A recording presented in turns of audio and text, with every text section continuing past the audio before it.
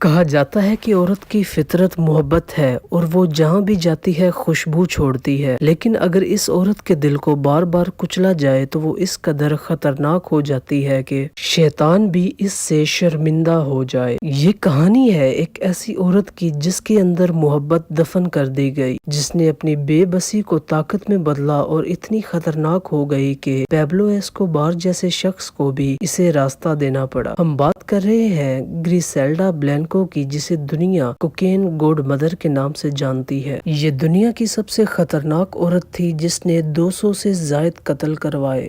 Drugs, موت اور دولت سب ایک ہی عورت کے قبضے میں تھا۔ 11 سال کی عمر میں اس نے ایک بچے کو اغوا کر لیا۔ جب اس بچے کے والدین کی طرف سے اسے تاوان کی رقم موصول نہ ہوئی تو اس نے اس بچے کا قتل کر دیا اور اسے دفنا دیا۔ جب اس بچی کی والدہ کے ایک قریبی شخص کی جانب سے اس کا جنسی استحصال ہونے لگا تو اس نے خود کو بچانے کے لیے گھر چھوڑ دیا اور زندہ رہنے کے لیے اس نے چوری اور جسم فروشی کا سہارا لیا۔ گریزیلڈا نے صرف 13 سال کی عمر میں کیرلس ٹروہیو نامی شخص سے شادی کر لی اور اس شادی سے اسے 3 بچے ہوئے۔ جب ان دونوں میاں بیوی کے درمیان اختلافات بڑھے تو اس نے اپنے پہلے شوہر کو قتل کروا دیا۔ بعد میں اس کی ملاقات البرٹو براوو سے ہوئی جو میڈیلین کا ایک بہت بڑا اسمگلر تھا۔ ان دونوں نے شادی کر لی اور ایک جعلی شناخت کے ساتھ امریکہ داخل ہو گئے۔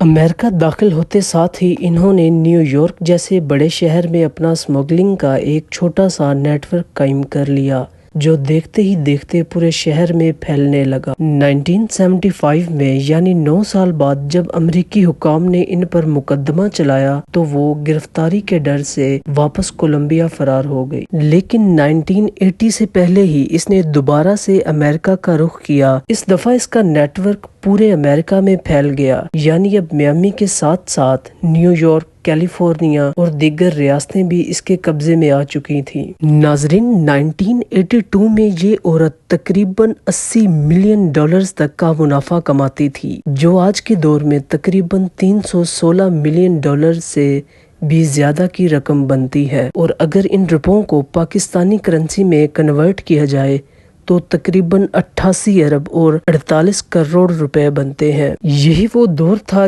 جسے میامی ڈرگ وار کے نام سے جانا جاتا ہے اور یہ امریکہ کی تاریخ میں سرخ الفاظوں میں لکھا گیا۔ گریزیلڈا نے اپنے دوسرے شوہر یعنی البرٹو براوو کو بھی گولی مروا کر قتل کر دیا۔ اس نے تیسری شادی ایک ڈیریو نامی شخص سے کی جس سے اس کا چوتھا بیٹا ہوا۔ یہ وہ دور چل رہا تھا جب گریزیلڈا 200 سے زائد قتل کروا چکی تھی، لیکن ثبوت نہ ہونے کے باعث پولیس اسے گرفتار نہ کر سکی اور نہ ہی وہ کسی صورت پولیس کے ہاتھ آ رہی تھی۔ ان دنوں یہ اتنی زیادہ مقبول ہو چکی تھی کہ اسے کوکین گوڈ مدر کے نام سے جانا جانے لگا، یعنی امریکہ کی تاریخ میں آج تک کی سب سے بڑی کوکین اسمگلر، جس سے پیبلو ایسکوبار جیسے شخص بھی خوف کھاتے دکھائی دیتے تھے۔ پیبلو ایسکوبار نے خود اس بات کا اعتراف کیا تھا کہ اسے ساری دنیا میں ایک شخصیت سے ڈر لگتا ہے اور وہ ہے گریزیلڈا بلینکو۔ اس کے نزدیک پیسہ اس قدر قیمتی تھا کہ اس نے کئی بار اپنے سگے بیٹوں کی جان کو بھی خطرے میں ڈال دیا۔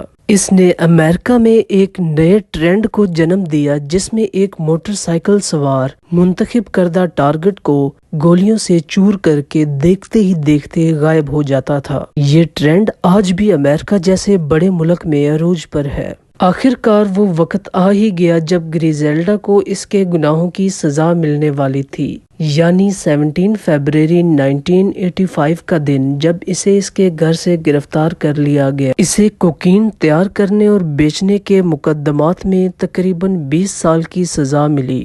یاد رہے کہ اس نے 200 سے زائد قتل کروائے تھے، لیکن پولیس کے پاس کوئی بھی ثبوت نہ تھے جس سے یہ بات ثابت ہو سکے۔ 2004 میں اس کی کمزور صحت کے باعث اسے رہا کر دیا گیا اور واپس کولمبیا بھیج دیا گیا۔ واپس کولمبیا آ کر اس نے خاموش زندگی گزارنی شروع کر دی۔ 3 ستمبر 2012 میں گریزیلڈا بلینکو اپنی حاملہ بہو کے ساتھ گوشت والی دکان پر کھڑی تھی جب ایک موٹر سائیکل سوار سوار قاتل آیا اور اس کے سر پر 2 گولیاں مار کر فرار ہو گیا۔ یہ وہی طریقہ تھا جو گریزیلڈا نے امریکہ میں درجنوں بار استعمال کیا۔